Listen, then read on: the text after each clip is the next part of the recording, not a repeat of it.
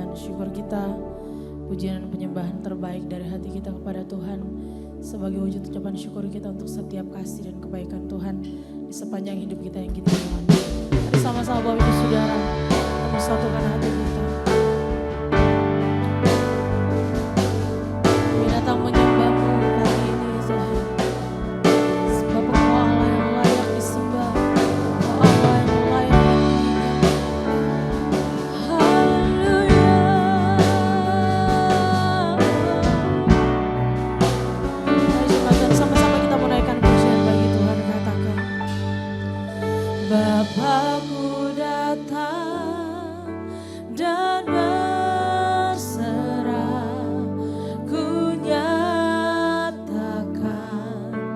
Kau yang berkuasa dalam gelap, Kau setia, Kau cahaya hidupku.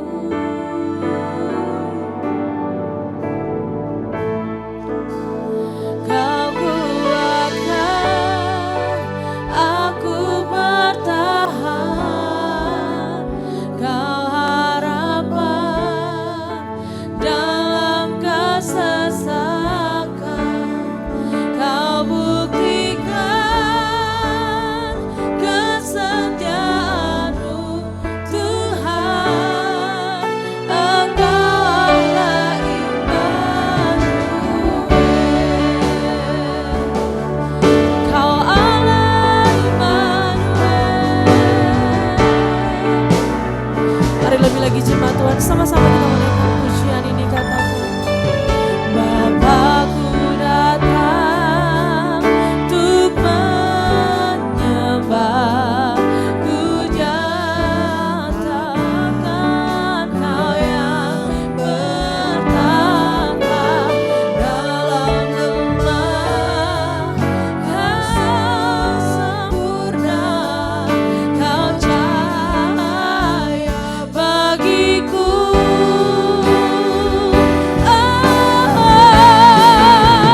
Kau kuatkan aku bertahan, Kau harapan kami Tuhan dalam kesesakan, Kau buktikan Kau setia Tuhan.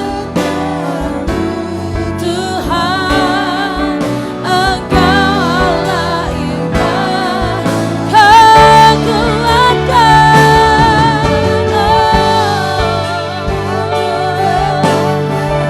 bertahan, Kau harapan dalam kesesakan, kesetiaan-Mu Tuhan.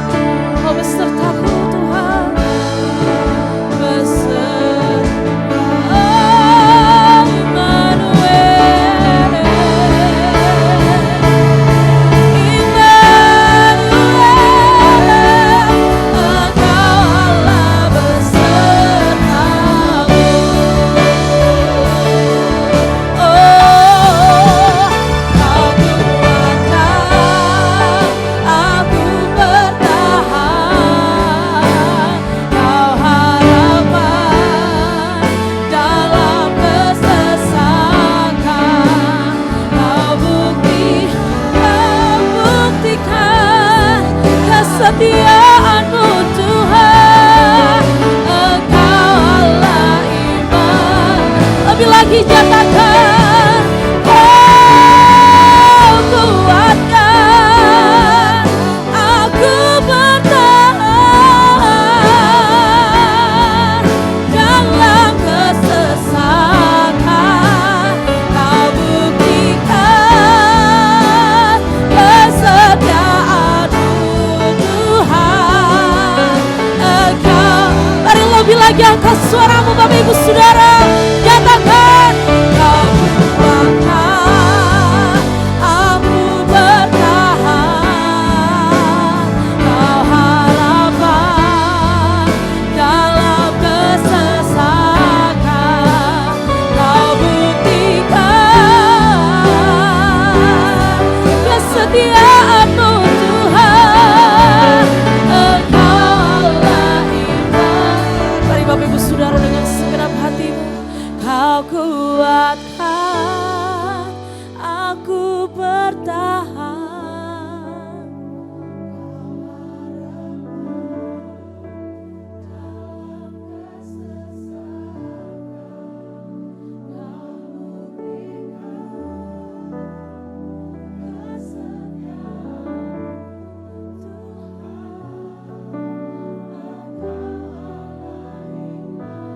Lebih lagi dengan segenap hatimu nyatakan, Kau kuatkan.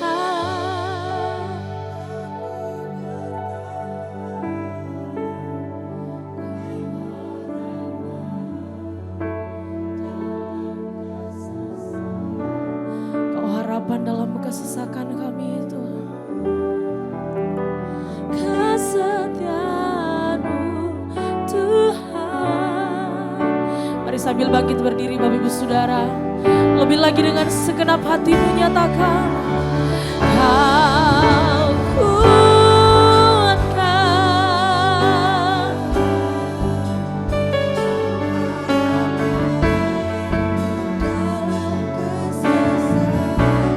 Ini ungkapan hati kami Tuhan. Dalam kesesakan kami hanya mau berharap kepada-Mu Tuhan Yesus. Engkau Allah iman. Kau kuatkan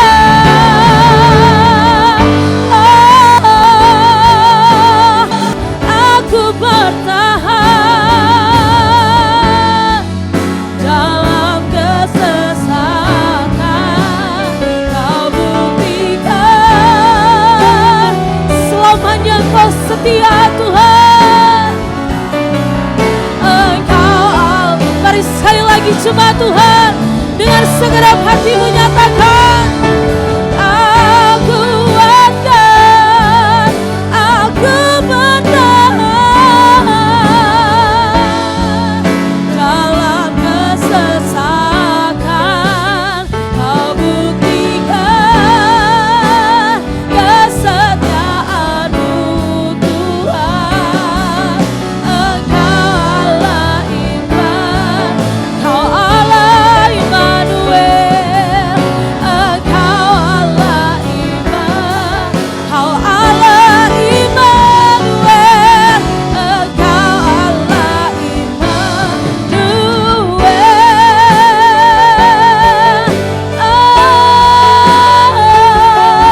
Engkau Allah Immanuel.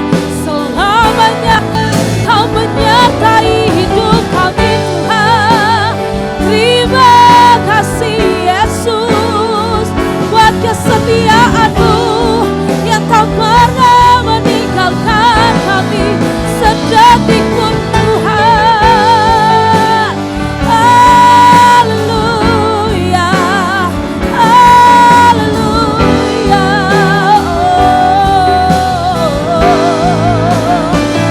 Kau setia Tuhan. Mari angkat suaramu sembah Tuhan Bapak Ibu Saudara. Biar pagi ini kita mau bawa penyembahan terbaik kita. Kita mau datang sama Tuhan. Mari hampiri Tuhan. Kita rala barala barala barala barala barala barala barala barala barala barala barala. Haleluya, haleluya. Dalam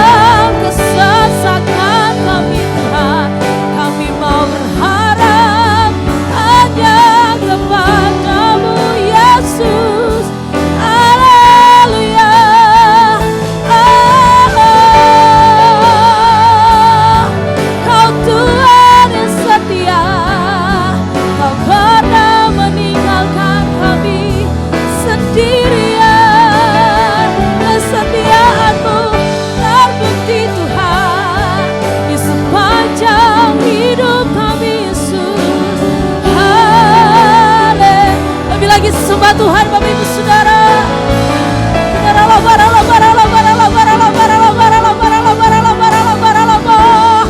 Haleluya. Yesus Tuhan, selamanya Kau tetap Tuhan, Kau tetap Allah, Kau yang berkuasa atas hidup kami Yesus. Haleluya. Kau naikkan sembah kami, ujian kami Tuhan, hanya layak bagimu Yesus, hanya layak untuk Tuhan. Haleluya.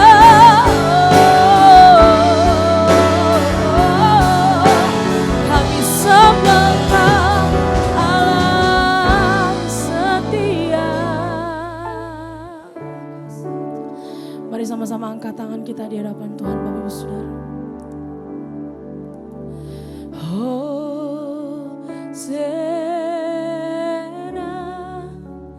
indah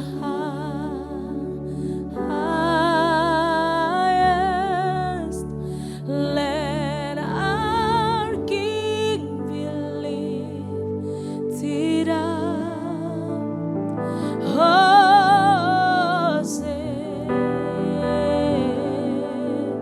in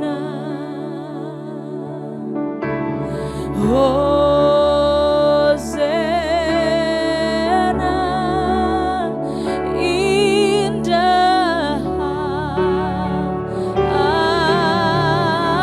highest, let our King be lifted up. Hosanna.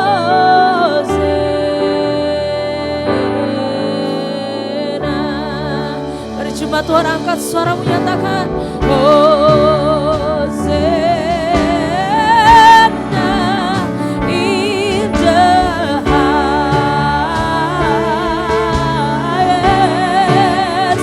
let our King be lifted up.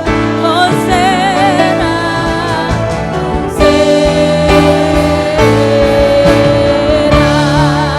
mari sama-sama angkat tanganmu, angkat suaramu serukan.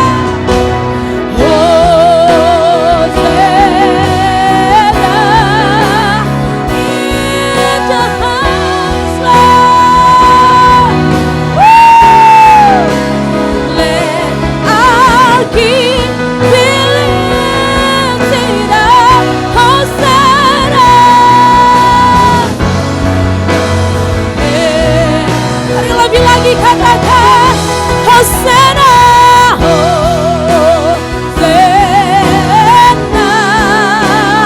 in the highest, let our King be lifted up. Hosanna, dari jemaat Tuhan angkat suaramu serukan.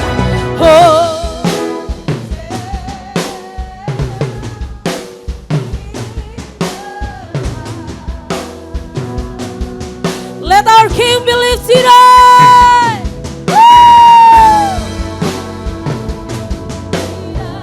Hosanna,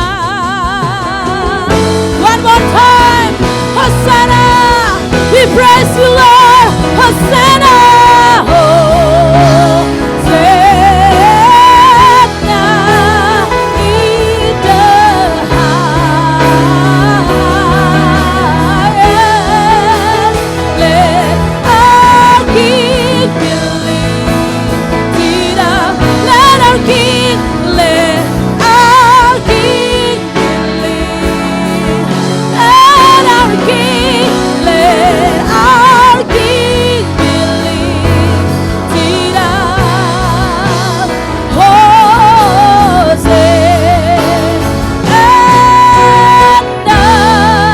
Boleh berikan tepuk tangan, sorak-sorak terbaik bagi Allah kita. Haleluya. Kami siap meninggikan Engkau lebih lagi Tuhan, bertatalah di atas setiap puji-pujian kami. Ini kami anak-anak-Mu, kami rindu, haus dan lapar akan kebenaran-Mu, akan hadirat-Mu Tuhan. Dalam nama Tuhan Yesus, mari Engkau yang siap memuji Tuhan bersama-sama kita katakan, amin. Puji nama Tuhan, shalom Bapak Ibu Saudara. Bersuka cita hari ini, amin. Kita percaya hari ini kita akan menerima kuasa dari setiap pujian kita, amin. Boleh berikan tepuk tangan sekali lagi yang terbaik bagi Allah kita. Haleluya.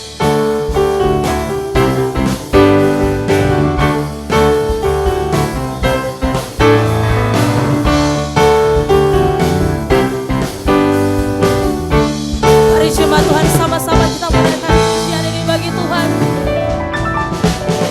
Tuhan Allah kita bertata atas pujian umat-Nya. Tuhan Allah kita bertata atas pujian umat-Nya. Katakan, bila Allah hadir di tengah kita, pesannya mengalir dengan dahsyatnya. Tanganmu katakan, sah dalam pujian, bernyanyilah segenap hati dan jiwa, sebab ada kasih dalam pujian yang sanggup membungkam kekuatan lawan. Mari Bapak Ibu Saudara angkat suaramu nyatakan, Tuhan Allah kita bertata pujian umat-Nya. Tuhan Allah kita bertata atas pujian. Mari angkat suaramu, bila Allah hadir di tengah kita, pesannya mengalir dengan dahsyatnya. Ada kuasa dalam pujian, bernyanyilah segenap hati dan jiwa, sebab ada dalam pujian yang sanggup membungkam kekuatan lawan. Haleluya. Mari biar Bapak Ibu Saudara saja naikkan pujian ini bagi Tuhan. Katakan, Tuhan Allah kita bertata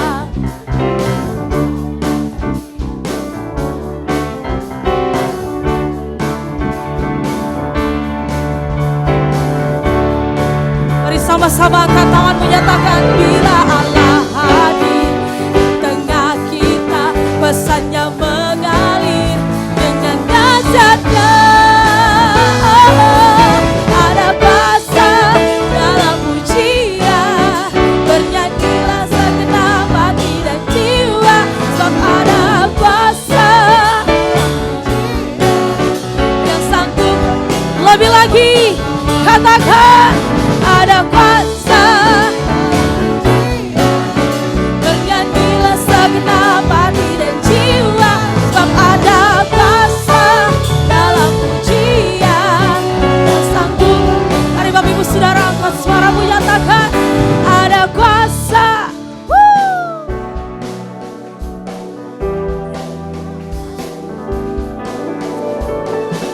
Mari nyanyikan dengan imanmu pujian ini Bapak Ibu Saudara.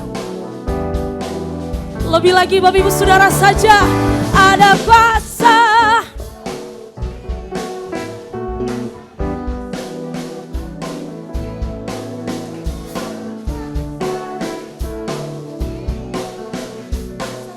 Mari sekali lagi, yang terbaik bagi Tuhan. Ada kuasa dalam pujian, bernyanyilah segenap hati dan jiwa, sebab ada kuasa dalam pujian yang sanggup membungkam kekuatan lawan, yang sanggup membungkam kekuatan lawan, yang sanggup membungkam kekuatan lawan.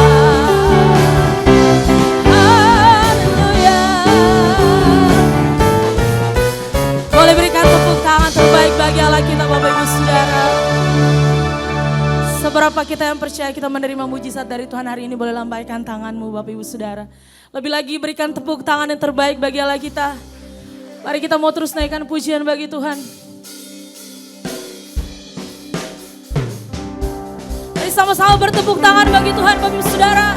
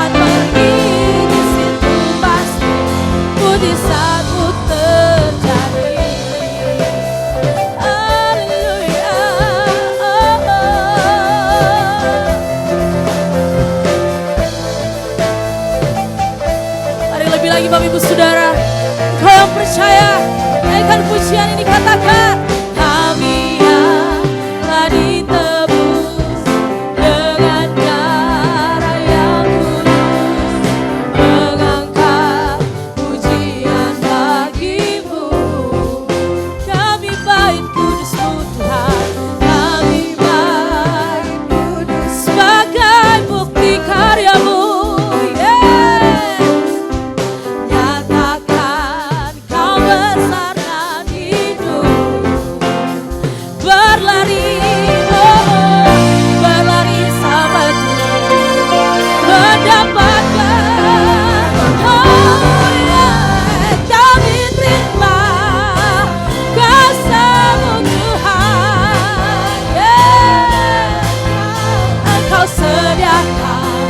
Kami bawa di setiap langkah.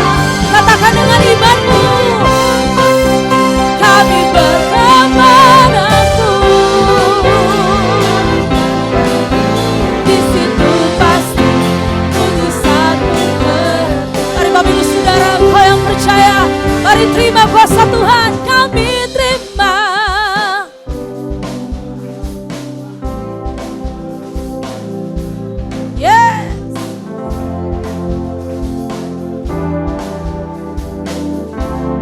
Mari nyanyikan dengan imanmu, katakan dimanapun, di situ pasti, yes. Mari sekali lagi, kau yang percaya angkat suaramu, nyatakan kami terima kuasa-Mu Tuhan. Engkau sediakan untuk kami bawa di setiap langkah. Dimanapun kami berdiri, kemanapun, di situ pasti mujizat-Mu terjadi. Oh, oh, oh, oh. Di situ pasti mujizat-Mu terjadi.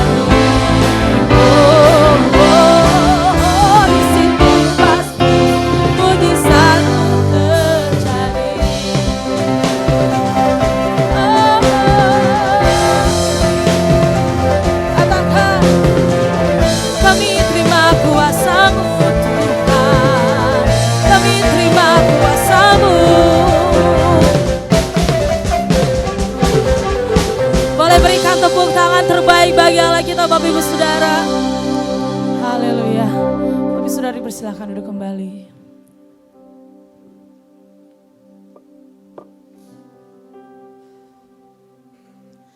Kita mau mendengarkan kebenaran firman Tuhan. Mari sama-sama kita mau siapkan hati kita.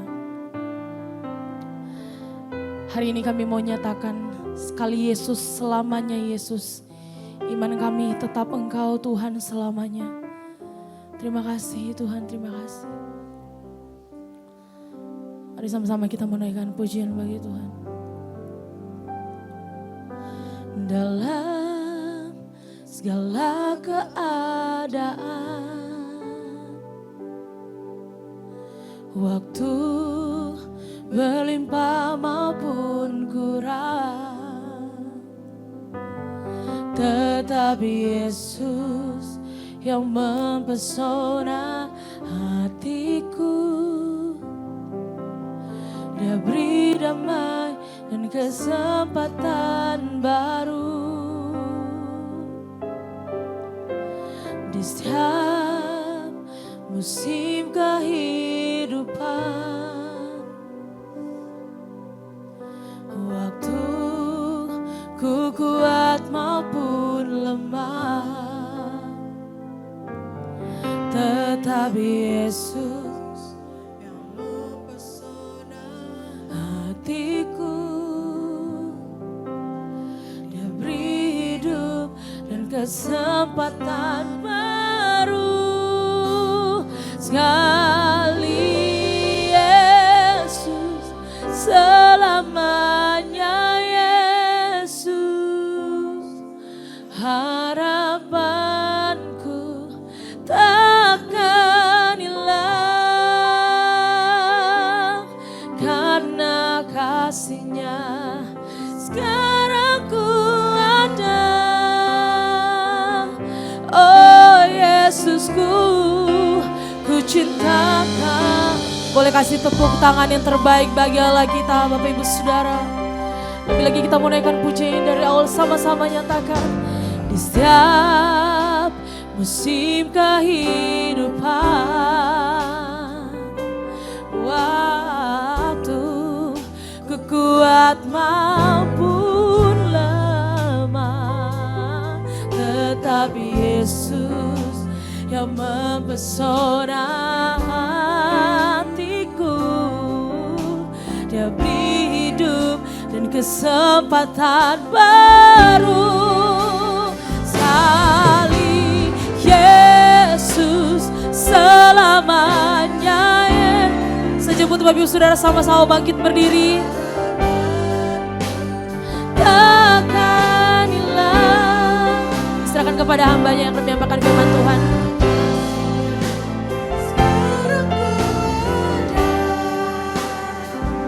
Oh Yesusku, lebih lagi nyatakan sekali Yesus, Yesus selamanya, Yesus harapanku takkan akan hilang karena kasih-Nya. Sekarang ku ada, Yesusku, oh Yesusku, cinta Kau selamanya.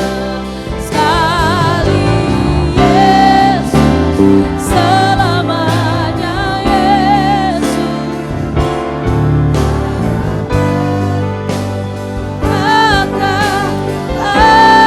akan hilang karena kasih-Nya. Sekarang ku ada, oh Yesusku, ku cinta Kau selamanya.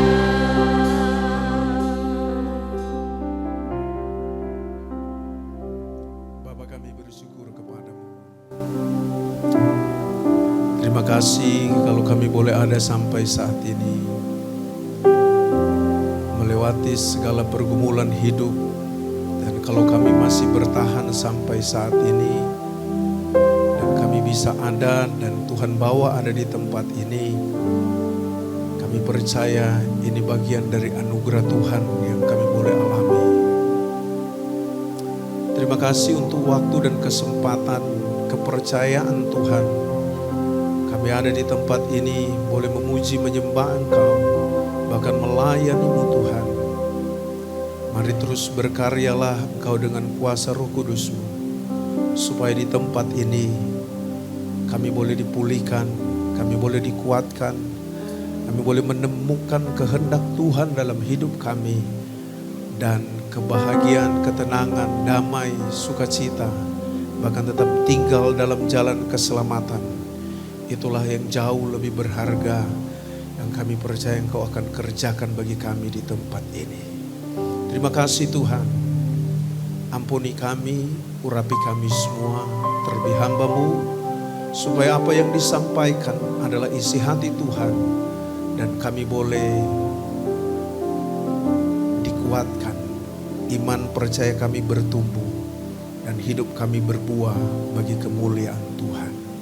Dalam nama Tuhan Yesus, kami siap untuk mendengarkan kebenaran firman Tuhan. Yang sudah siap mendengar, mari sama-sama katakan amin. Puji Tuhan. Berikan kemuliaan, tepuk tangan bagi Tuhan. Haleluya. Puji Tuhan. Salam sejahtera bagi kita semua. Shalom. Pertama kali saya berdiri di tempat ini, ada beberapa kali Pak Pendeta Paulus undang saya, dan saya baru bisa hari ini. Dan puji Tuhan, karena saya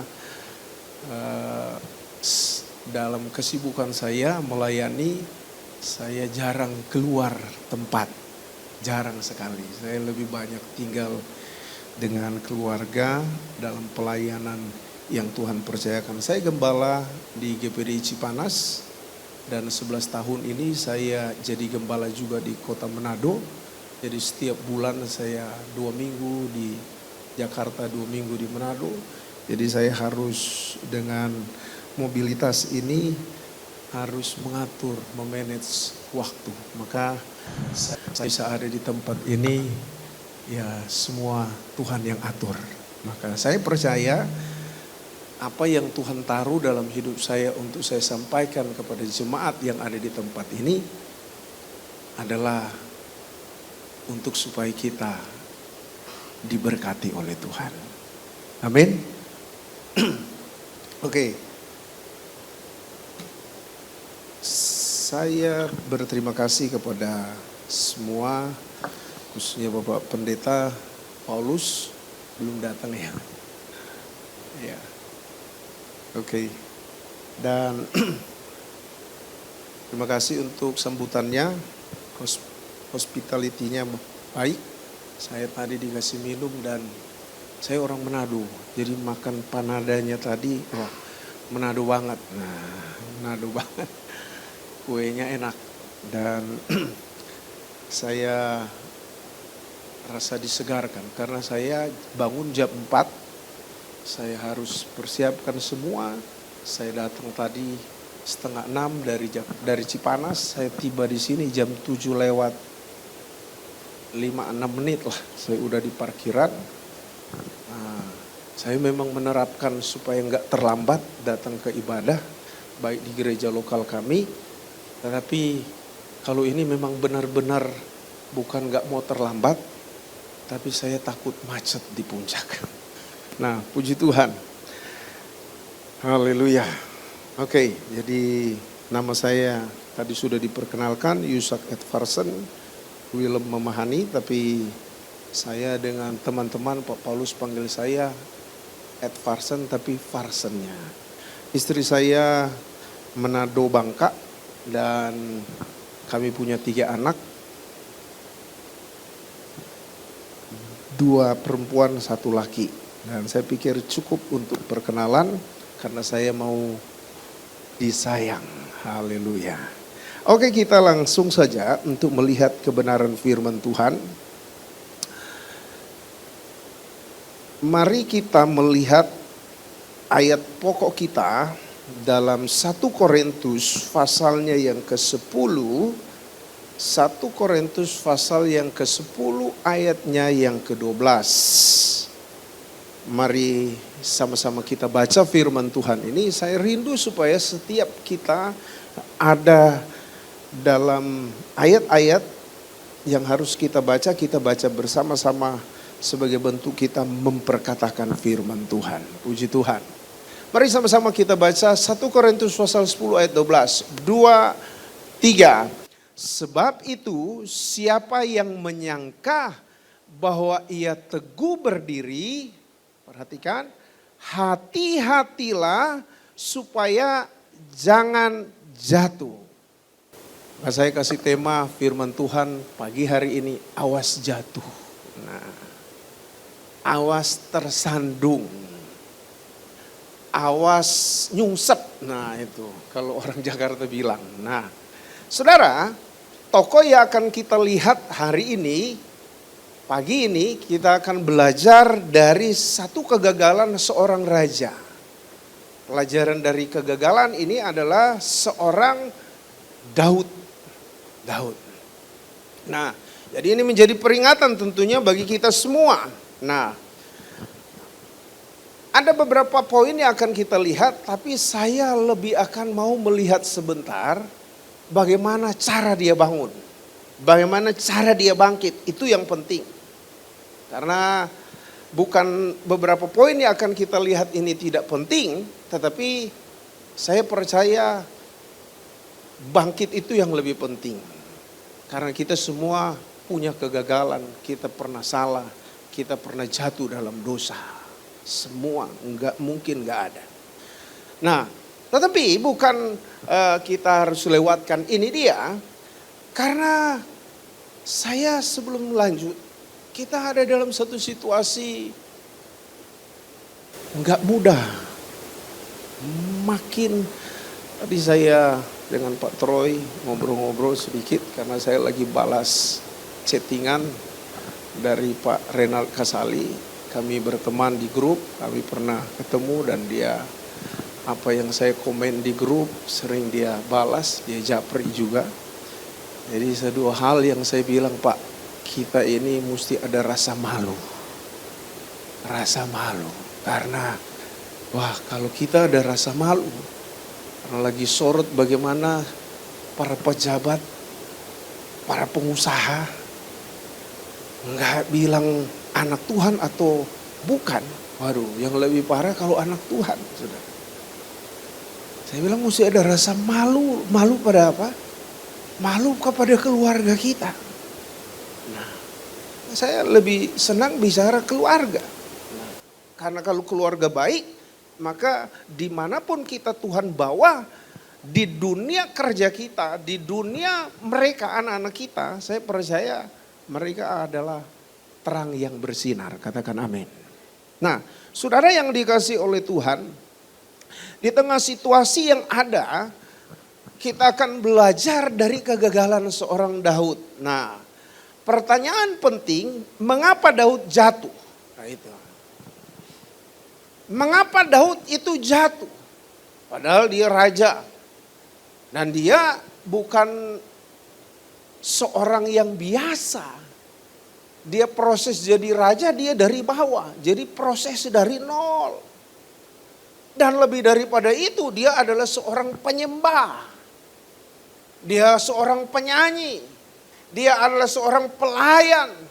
Dan dia orang yang sangat dekat dengan Tuhan. Ya. Maka ini peringatan bagi kita semua. Mengapa dia jatuh? Yang pertama karena dia santai saat yang lain berperang. Coba kita lihat dalam 1 Samuel pasalnya yang ke-11 ayat yang pertama. Kita lihat sama-sama kita baca 2-3. Pada pergantian tahun, pada waktu raja-raja biasanya maju berperang, maka Daud menyuruh Yoab maju beserta orang-orangnya.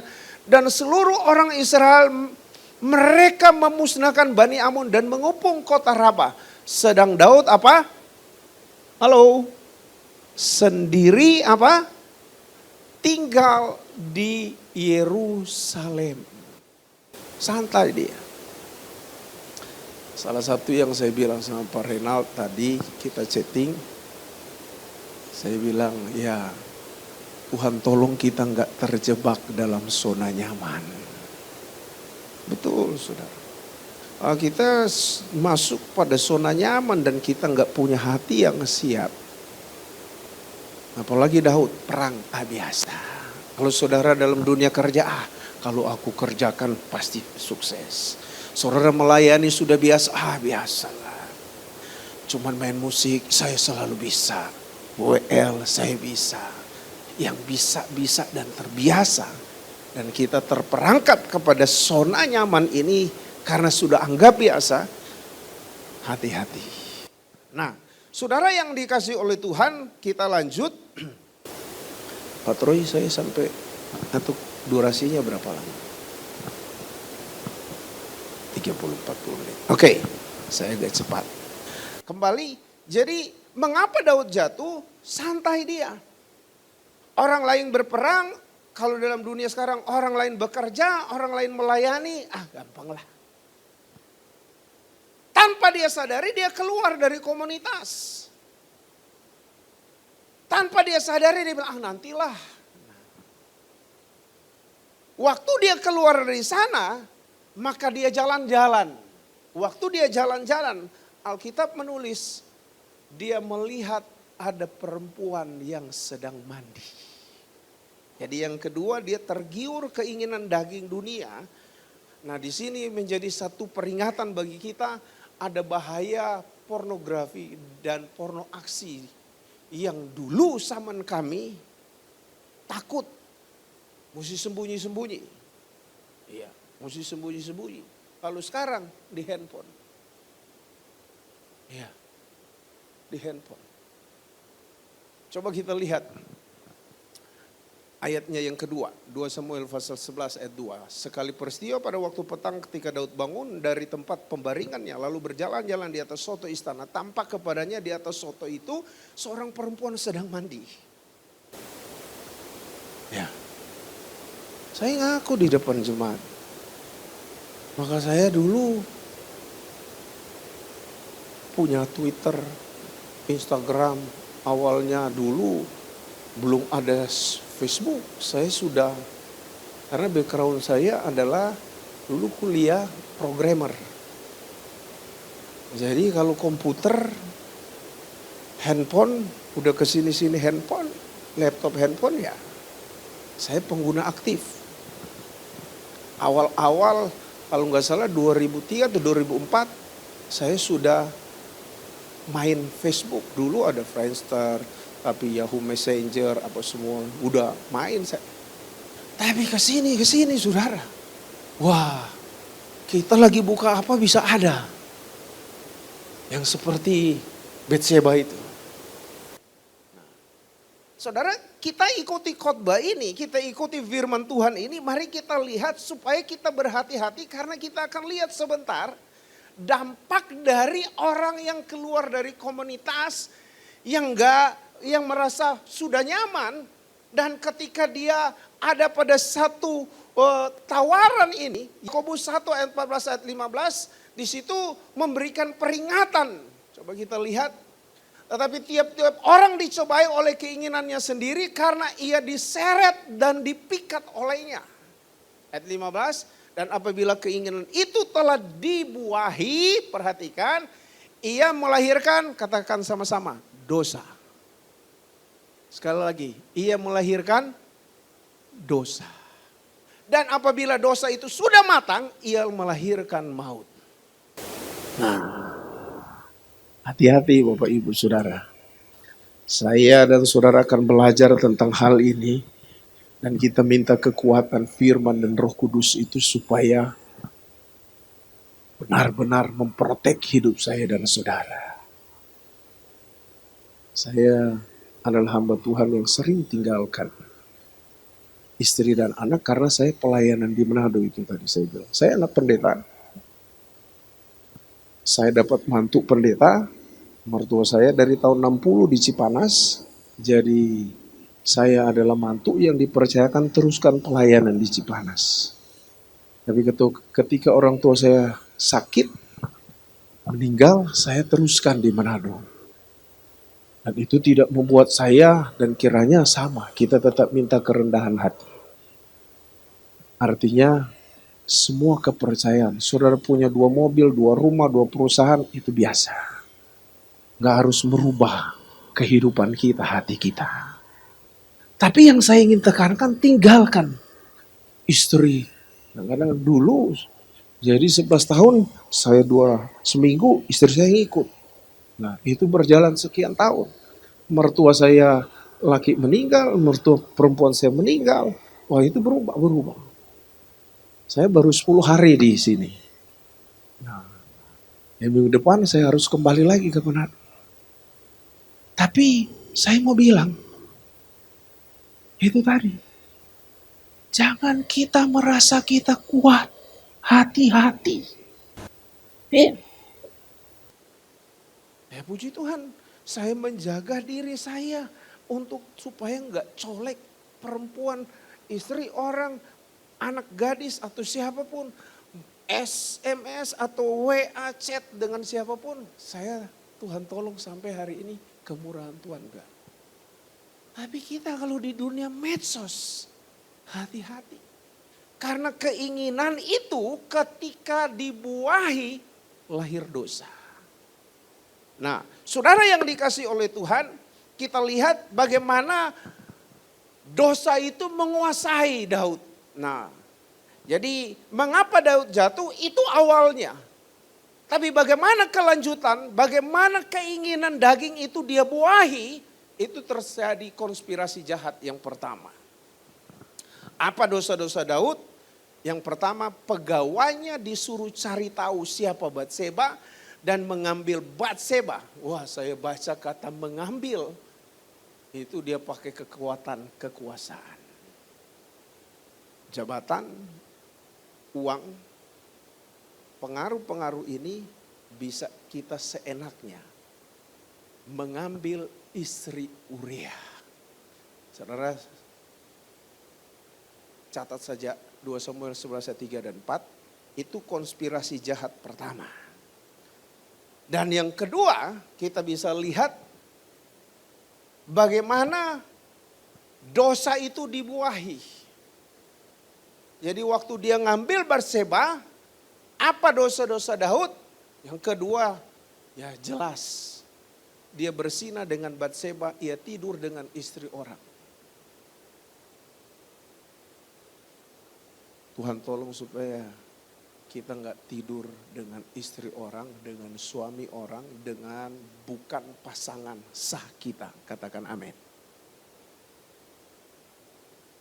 Saya anak gembala, tapi hidup saya dulu jauh. Ya. Kalau saya khotbah hal ini nggak gampang. Tapi saya harus berdoa, Tuhan apa yang saya harus sampaikan pagi hari ini di sini. Maka ketika Pak Johnson tanya, saya sedang susun. Artinya sudah, konsep itu sudah ada. Cuman karena biasa harus ditanya pakai multimedia, saya susun dulu. Gak gampang khotbah hal ini. Saya khotbah ini bukan karena saya kuat. Tapi saya tahu karena kemurahan Tuhan. Karena adalah Allah Immanuel yang menyertai. Ya. Nah saudara yang dikasih oleh Tuhan, kita lihat bagaimana dia tidur dengan istri orang. Nanti kita akan lihat dampak dan akibatnya. Jadi orang itu cuma tahu Daud itu jatuhnya adalah jatuh karena dia berzina. Enggak. Itu konspirasi jahatnya itu kita lihat dimulai dari apa? Nonton, lihat. Nah keinginan itu akan terbuahi kalau kita enggak ada pertahanan. Nah saudara yang dikasih oleh Tuhan, kita lihat lanjut.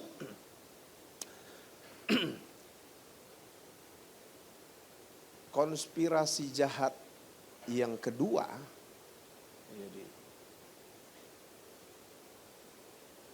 Jadi apa dosa Daud? Yang ketiga di sini strategi pion. Saya bilang strategi pion karena apa? Dia tulis surat kepada Yoab dan luar biasa. Saya bilang, waduh, kalau orang sudah sampai pada, kalau anak muda kan kita sering bilang cinta monyet. Tapi kalau ada orang tua dibilang puber kedua, puber ketiga, wah, mau ditahan kayak laut kan ku seberangi, gunung kan ku daki. Jadi kalau Kidung Agung bilang cinta itu kuat seperti api, dia babat semua, maka jangan rasa diri kuat. Tapi kita minta kemurahan Tuhan. Kenapa saya katakan strategi pion? Karena dia tulis surat dan sampaikan itu kepada Yoab, panglima perang itu. Dan siapa yang bawa surat itu? Saudara bisa baca. Yang bawa itu Uria. Maka saya bilang, waduh, dia bunuh orang yang baik, dia bunuh orang yang setia, orang yang tulus itu. Karena keinginan yang sudah dibuahi. Sekali lagi, Tuhan tolong. Kalau kita ingin supaya, nanti kita akan lihat. Kalau kita ingin supaya kehidupan keluarga kita bahagia. Konflik internal gak ada. Karena di waktu Nathan tegur dari Daud, waduh. Nathan bilang pedang gak akan terhindarkan dari keluarga. Jadi pedang itu bicara tentang peperangan internal, konflik internal. Nanti kita lihat sebentar bagaimana akibat-akibat yang Daud buat. Jadi waktu dia berzina, itu anaknya juga jadi berzina. Ya. Nah, kita lanjut. Apa dosa-dosa Daud yang berikut? Nah ini konspirasi jahat yang ketiga ini. Dia cuci tangan, menutupi dosanya. Saudara bisa baca itu 2 Samuel pasal 6 ayat sampai 13. Dia suruh panggil dulu. Ini sebenarnya kebalik sebetulnya. Tapi gak apa-apa. Maksudnya begini. Dia suruh panggil karena Betseba bilang, aku sudah hamil. Aku sudah mengandung. Dan dia suruh panggil dulu Uria datang. Dan dia suruh tidur dengan istrinya. Uria gak mau. Dia seorang tentara yang loyalnya, punya hati yang baik. Waduh, hati-hati saudara. Kalau kita jatuh dalam hal ini, kita bisa hilang akal sehat kita. Dia gak mau. Saya punya kesaksian. Saya masih SMA dulu, tahun 80-an itu. Akhir-akhir 80-an lah. Ada tetangga kami, dia ayahnya meninggal. Tapi mereka tinggalnya bukan di kota Manado, bukan di Sulawesi Utara, bukan. Mereka harus menempuh dengan menggunakan pesawat atau kapal laut. Waktu ayahnya meninggal, dia datang. Singkat cerita selesai semua, suaminya pulang, anak-anaknya pulang, dia tinggal sendiri, seorang wanita muda.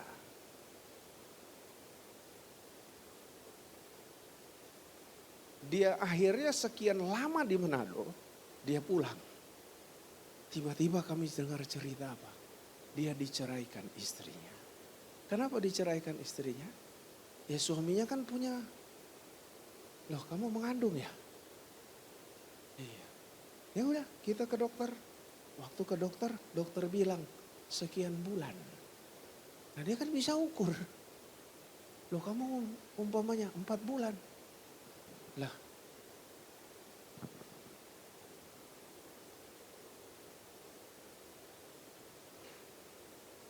Tiga bulan atau 4 bulan dia kan bisa hitung. Nah ini bukan benih saya. Umpamanya 3 bulan dia bilang saya pergi 4 bulan yang lalu.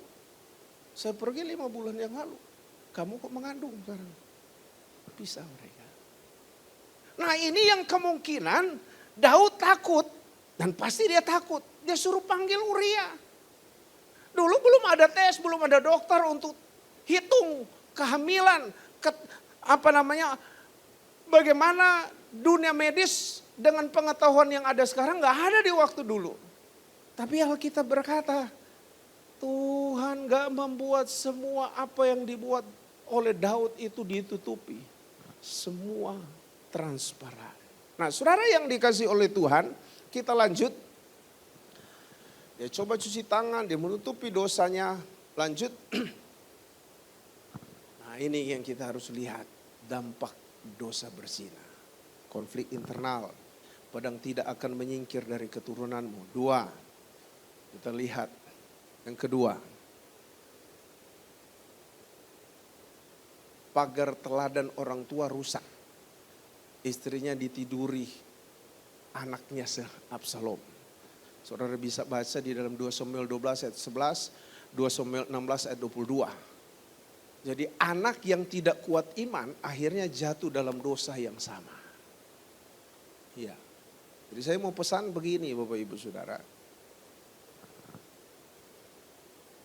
Kehidupan kita benar ditentukan oleh iman dan perbuatan orang tua kita dalam hal yang baik. Tapi kekurangan orang tua kita, kiranya itu tidak jadi penghalang bagi kita untuk kita stuck, apalagi kita mundur. Katakan amin. Iya. Karena faktanya, kalau kita, saya punya teman, saya ikuti teman saya ini, dia waktu kami dari Manado kabur ke Jakarta, saya ikuti dia. Dia tinggal dengan ibunya yang dulu mereka anak sekolah minggu bergereja di tempat orang tua kami. Tapi akhirnya orang tuanya pisah. Ayahnya punya perempuan lain, ibunya kembali kepada mantannya. Singkat cerita, teman saya ini dia akhirnya marah pada orang tuanya. Marah sama orang tuanya. Saya pernah di rumahnya di Jakarta sini, dia buka ayat dan dia baca kuat-kuat, ibunya lagi di kamar sama suaminya yang kedua itu. Dia baca dalam keadaan yang kesal, dia bilang, dia baca itu artinya nggak boleh berzina, itu poinnya. Saudara, kemarahan itu bukan solusi, tapi itu pelajaran supaya kita nggak melakukan hal yang sama. Katakan amin. Kenapa? Singkat cerita, saya tahu saya teman baik dengan dia. Bayangkan kami kabur dari Manado, saya ikut dengan dia. Jadi kita tuh sering sharing, teman dekat lah. Tapi saya mau bilang, dia mati karena AIDS. Dia pergi dengan tidur dengan perempuan ini, perempuan itu, dan dia mati meleleh. Lidahnya meleleh. Sampai dia mati. Maka pagar teladan orang tua itu boleh rusak, tapi iman kita nggak boleh rusak. Katakan amin. Keteladanan orang tua itu penting bagi keberlanjutan kehidupan keluarga kita, anak cucu kita. Karena firman Tuhan berkata kepada Abraham bahwa anak cucunya akan diberkati. Tapi kehidupan Abraham yang pernah jatuh dalam dosa, itu teladan bagi siapa? Bagi Ishak. Ishak dia berdoa 40 tahun baru dia punya anak. Tapi dia nggak menjadikan alasan kesalahan orang tuanya untuk dia melakukan hal yang sama. Katakan amin. Halo, amin. Jadi kalau kita ingin melihat bagaimana kuasa Tuhan bekerja, pagar itu boleh rusak, pagar itu boleh hancur. Keteladanan orang tua kita nggak dapatkan, tapi jangan kita merusak kehidupan kita dan keberlanjutan keturunan kita. Ishak Alkitab tulis, dia 40 tahun dia berdoa karena istrinya mandul. Dan dia dapat anak kembar. Kalau Tuhan jawab pasti ajaib, luar biasa. Tuhan senang dengan orang-orang yang setia. Oke, yang berikut kita lihat. Lanjut. Memang, halo. Nah, kita akan lihat dampak dosa berzina. Yang ketiga, anaknya dari Betseba itu mati. Saya kalau jemaat mau menikah, saya konseling pranikah. Konseling pranikah itu saya sudah laksanakan belasan tahun. Dan salah satu poin di mana saya harus tanya, kalau kamu sudah pernah melakukan hubungan suami istri, kamu gak usah bilang ceritanya mendetail, gak usah. Bilang aja, Om atau Pak Gem, doakan saja. Gak usah taruh tangan pendeta pemberkatan. Karena pengakuan itu yang lebih baik. Karena pendeta bisa berdoa. Tapi kalau kamu gak ngaku sama Tuhan, percuma. Ya. Saudara, kita baru lewati Natal loh. Kenapa dari sekian banyak wanita di dunia ini dan yang ada di Israel, itu Tuhan itu pakai Maria. Kenapa? Alkitab bilang karena dia apa? Halo, perawan. Berarti dia jaga kekudusan. Kekudusan hidup itu akan melahirkan orang-orang hebat di tengah keluarga kita. Ya. Jadi jemaat kami di Manado, nah saya satu waktu ada di sini, meninggal, dia punya anak dan meninggal. Saya nggak bilang begini, kamu kali ini begini, enggak. Tapi saya cuma berdoa, Tuhan ganti. Karena waktu anak Batseba mati, dia melahirkan Salomo. Menarik. Orang yang pernah jatuh, orang yang pernah melakukan perzinahan, nah ini pentingnya. Maka kita akan lihat pada poin yang selanjutnya, bagaimana Daud membereskan dosanya.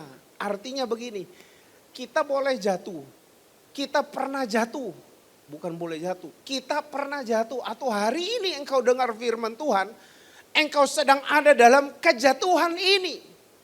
Tapi yang lebih penting adalah kita menekankan bagaimana Daud itu bisa bangkit. Itu yang jauh lebih penting.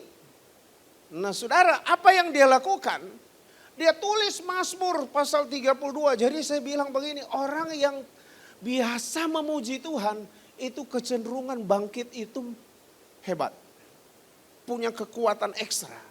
Coba kita baca di dalam Mazmur pasal 32 ayat 1 dan 2.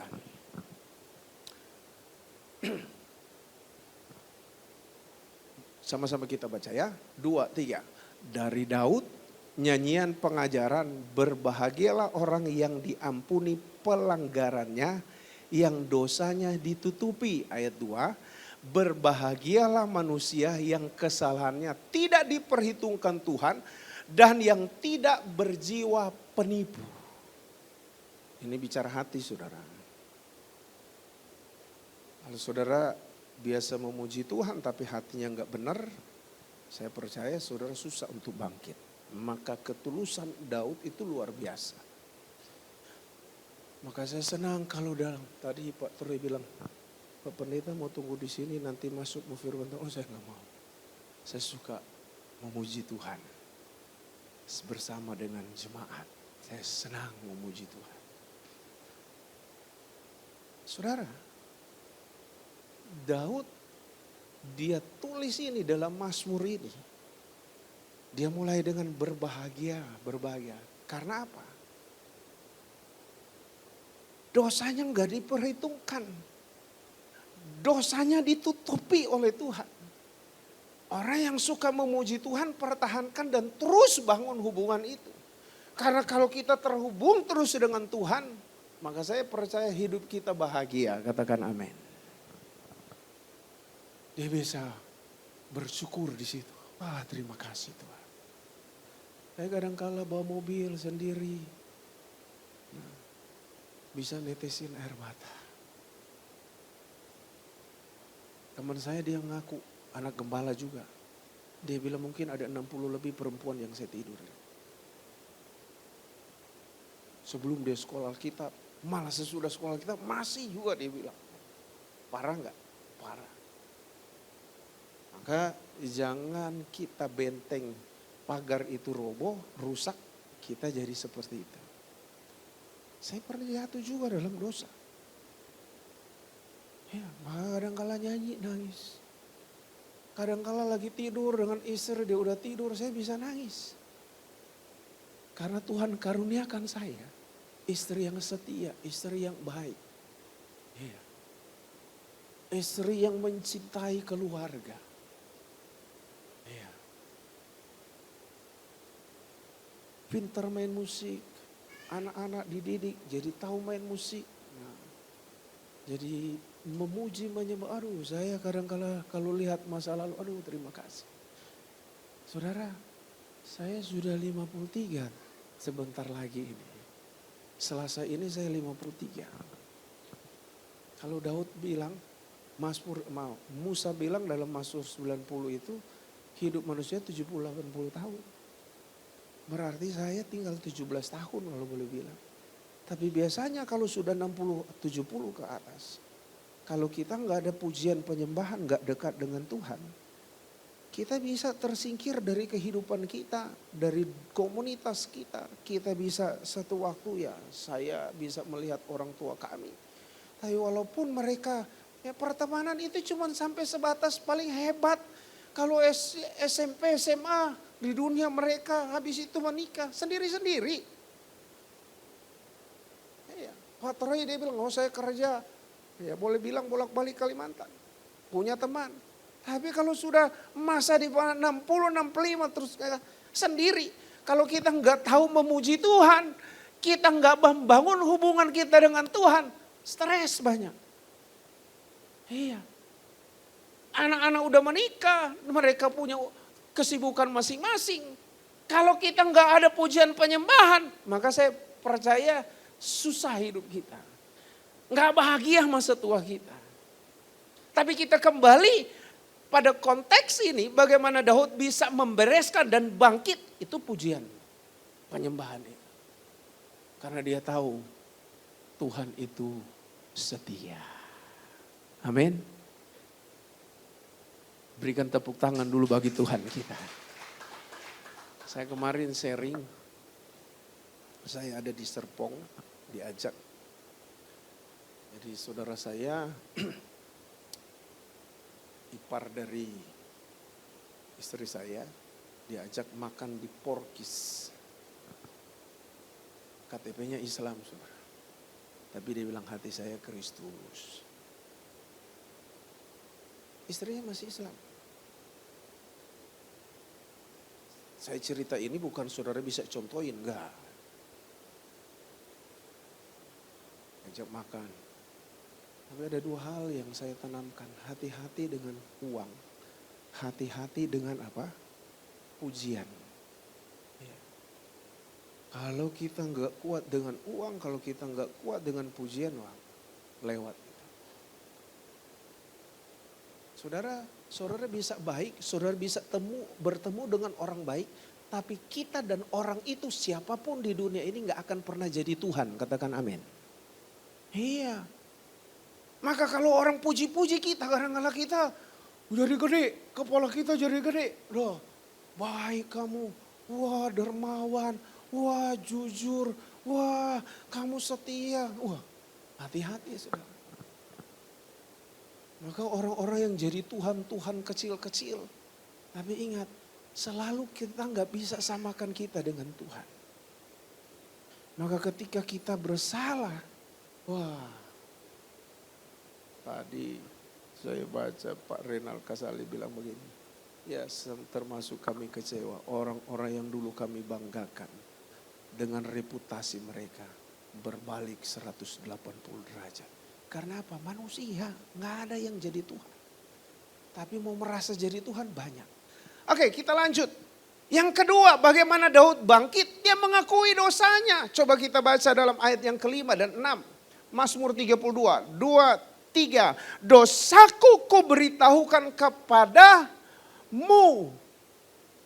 Itu agak sambung ya. Dan kesalahanku tidaklah ku sembunyikan. Aku berkata aku akan mengaku Tuhan pelanggaran-pelanggaranku dan engkau mengampuni kesalahan karena dosaku.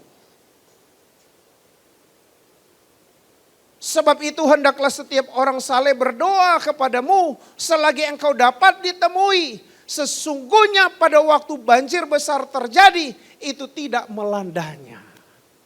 Artinya saudara, ada banjir, ada musibah, ada akibat yang fatal. Kalau kita enggak ngaku dosa kita.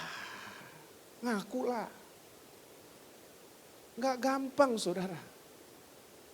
Iblis itu bekerja bukan, coba kita lihat. Anak-anak kita kalau buat salah, kalau kita enggak didik untuk mengakui kesalahan, dia kekeh. Ya. Saya ajar dari kecil anak-anak saya, kalau salah minta maaf. Saya kasih contoh. Kalau saya salah sama anak-anak saya peluk mereka, saya bilang, Papa minta maaf ya. Ada kalanya kita benar, tapi namanya mereka punya kemampuan berpikir belum baik, belum seperti kita yang sudah dewasa ya. Kadang-kadang kita harus merendah, demi mereka diajar dari kecil, tahu minta maaf. Kalau ada orang bilang begini, aku gak layak ke gereja. Aku mah ditolak, Tuhan mah gak akan terima saya. Itu suara iblis. Ya, saya bilang sama jemaat itu suara iblis. Karena kalau kita sakit kita boleh ke dokter. Kalau kita mau pintar kita kasih ke lembaga atau ke guru, panggil yang paling hebat, mau di dunia pendidikan, musik, seni dan lain sebagainya, panggil orang-orang ahli dan kita bisa jadi hebat. Tapi kalau kita jatuh dalam dosa, kita hanya perlu Yesus untuk kita ngaku dosa kita. Karena cuma Dia yang bisa mengampuni dosa kita. Nah, oke, lanjut. Kita lihat. Yang ketiga, bagaimana dia bangkit, bagaimana dia membereskan dosanya, prioritas hubungan dengan Tuhan. Dia bilang, jangan ambil rohmu daripadaku. Dia nggak bicara, aduh nanti hilang kekuasaan saya, jabatan saya. Nanti bagaimana saya diusir dari ini. Itu dalam konteks tersendiri. Dalam Taurat harusnya Daud itu mati dirajam. Tapi rahasia mengapa dia nggak dihukum? Pertama, hak prerogatif Tuhan. Nah, tapi orang yang menghargai orang yang diurapi, dia praktekkan waktu Saul kejar-kejar dia. Ada banyak hal yang kita bisa pelajari, tapi itu poin yang lain. Tapi bagaimana dia tahu bahwa itu yang paling berharga adalah hubungan? Roh kita itu akan connect dengan roh Tuhan ketika kita datang kepada Tuhan. Tuhan ampuni aku. Kita akan rasa ada damai yang tidak ada taranya. Kita akan merasakan jadi manusia yang bebas untuk menjalani kehidupan. Kita akan merasa tenang dalam hidup ini. Ketika kita punya nurani yang benar. Waktu kita salah. Maaf ya Pak, maaf ya Ma, maaf Papa, maaf Mama. Kita orang tua juga harus bilang maaf ya Nak. Dan di situ roh Tuhan bekerja. Dia bilang jangan ambil rohmu daripadaku. Dia tahu itu roh Tuhan yang ada pada dia. Dia diurapi oleh Tuhan. Dan dia menang di segala hal, dari segala peperangan. Dia hebat dalam strategi. Dia ahli memainkan alat musik. Dia bukan pemain musik biasa. Dari muda belum jadi raja, main musik orang bisa yang stres sekelas raja bisa disadarkan. Hebat dia. Maka dia tahu pengurapan itu Roh Kudus itu harus mutlak tetap tinggal dalam hidup saya dan saudara. Saya dan saudara adalah rumah Roh Kudus. Haleluya.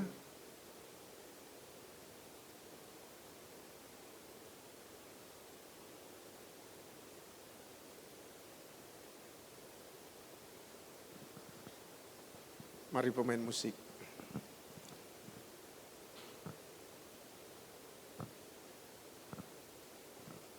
Singers, ayo tetap ada dalam hubungan dengan Tuhan.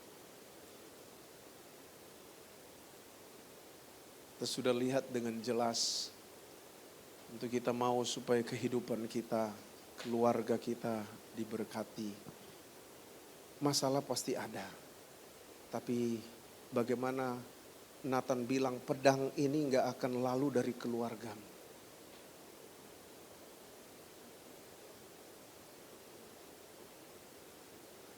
Daud menerima keadaan itu.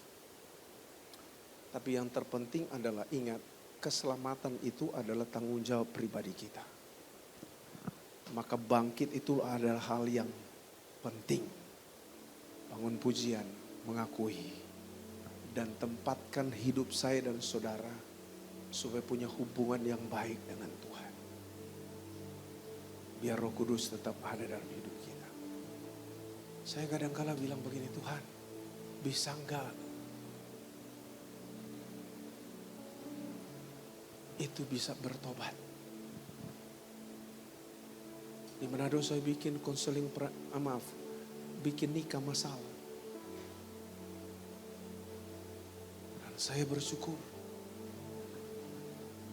Mereka yang enggak punya suami, mereka yang enggak punya istri, artinya sudah meninggal.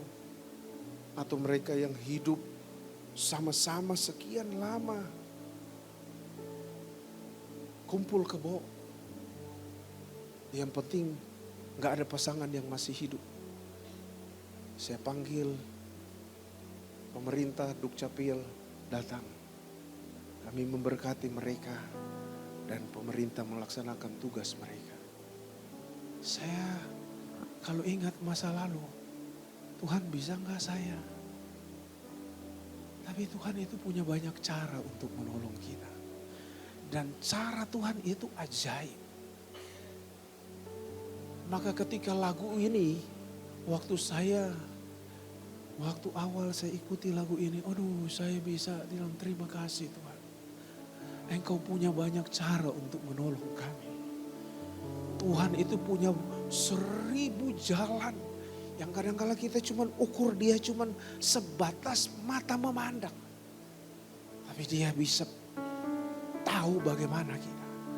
Asalkan kita mau. Itu tadi. Ngaku dosa kita. Bangun terus pujian. Sebagai bentuk kita jaga hidup kita. Baca firman Tuhan. Ibadah melayanilah terus. Tapi terutama, mari sekali lagi akui dan dia punya banyak cara untuk menolong kita. Sama-sama kita bangkit berdiri. Haleluya. Agumi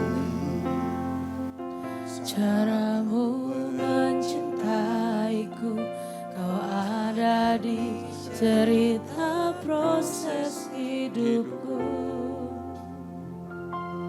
Di titik terendahku kau hadir untuk mengangkatku. Kau tak menyerah akan hidupku. Ku kagumi terima kasih Tuhan. Caramu mencintaiku, kau ada di cerita proses hidupku.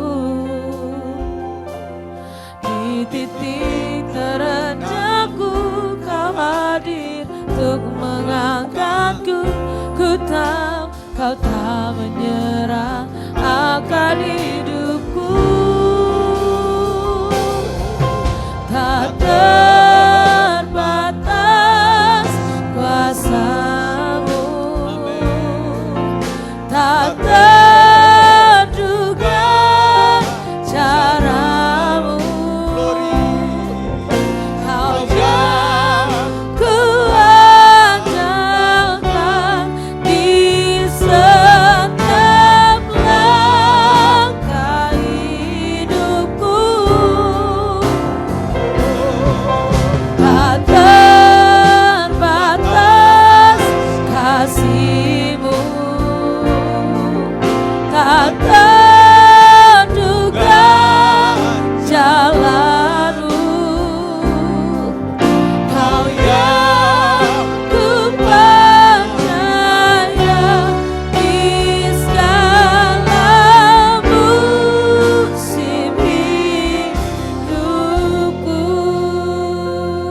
Saudara, mari tempatkan Tuhan di atas segala-galanya. Tak ada yang bisa sama dengan Dia. Apalagi melebihi Tuhan. Gak ada. Kalau orang bilang Tuhan kok kita Tuhan mati. Yang mati manusianya. Karena dia dikandung oleh Maria. Dan dia lahir sebagai manusia. Kemanusiaan yang mati. Tapi Tuhan dengan Roh Kudus. Sehingga Maria itu mengandung. Jadi Tuhannya gak ada matinya. Maka tempatkan Tuhan itu jauh di atas. Kita gak akan temukan siapapun, figur hebat apapun, cerdas. Oh, sekelas Bill Gates dan lain sebagainya. Gak akan ada. Sebaik apapun orang yang dikenal di dunia ini gak akan pernah ada seperti Tuhan kita. Gak ada. Dia manusia yang sempurna. Maka apapun kita, mungkin saudara ada pada titik terendah. Tapi percayalah, tangan kasih-Nya terulur untuk mengangkat saya dan saudara. Dia Allah yang baik. Dia pernah menolong saya dan terus menolong saya. Dia akan terus menolong kita. Yang terpenting bangkit, ngaku, bangun pujian. Dan biar Roh Kudus tetap tinggal dalam hidup saya dan saudara. Ku kagumi Caramu mencintaiku, kau ada di cerita proses hidupku. Di titik terendahku kau hadir untuk mengangkatku. Ku tahu kau tak menyerah akan hidupku. Tak terbatas kuasamu, tak terduga caramu. Kau yang kuandalkan di setiap langkah hidupku. Tak batas kasih-Mu, tak terduga jalan-Mu. Kau yang ku percaya di segala musim hidupku. Puji Tuhan, kita telah diberkati dengan kebenaran firman Tuhan. Bapak Saudara boleh dipersilakan duduk kembali.